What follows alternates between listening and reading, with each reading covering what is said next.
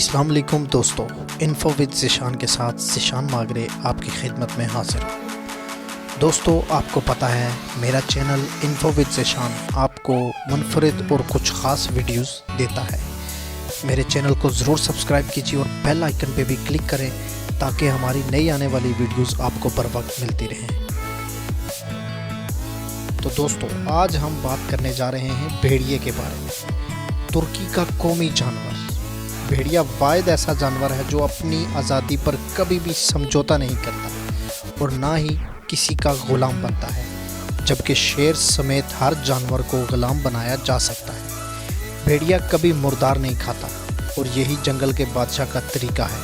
ना ही भेड़िया महरम मोनस पर झांकता है, यानी बाकी जानवरों से बिल्कुल मुख्तलिफ। भेड़िया अपनी माँ और बहन को शहूद की निगाह से देखता तक नहीं। भेड़िया अपनी शरीके हयात का इतना वफादार होता है, इसके अलावा किसी और मोनस से तल्लुक़ कायम नहीं करता। इसी तरह मोनस भेड़िया के साथ वफादारी करती है। भेड़िया अपनी औलाद को पहचानता है क्योंकि इनके माँ और बाप एक ही होते हैं। जोड़े में से अगर कोई एक मर जाए तो दूसरा मरने वाले की जगह कम से कम 3 माह खड़ा होकर शोक करता है। भेड़िए को अरबी ज़ुबान में इब्नुल बार कहा जाता है।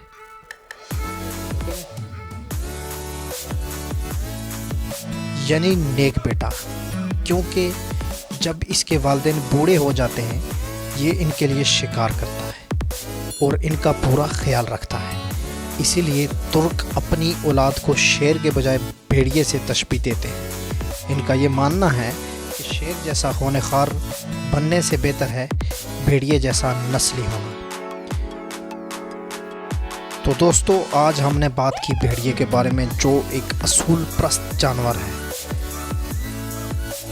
भेड़िए पर अगर आप पूरी रिसर्च करेंगे तो आप ये कहने पर मजबूर हो जाएंगे कि शेर की जगह जंगल का बादशाह भेड़िए को कहना चाहिए। अपने मेज़बान ज़िशान मागरे को इजाज़त दीजिएगा। खुदा हाफिज़।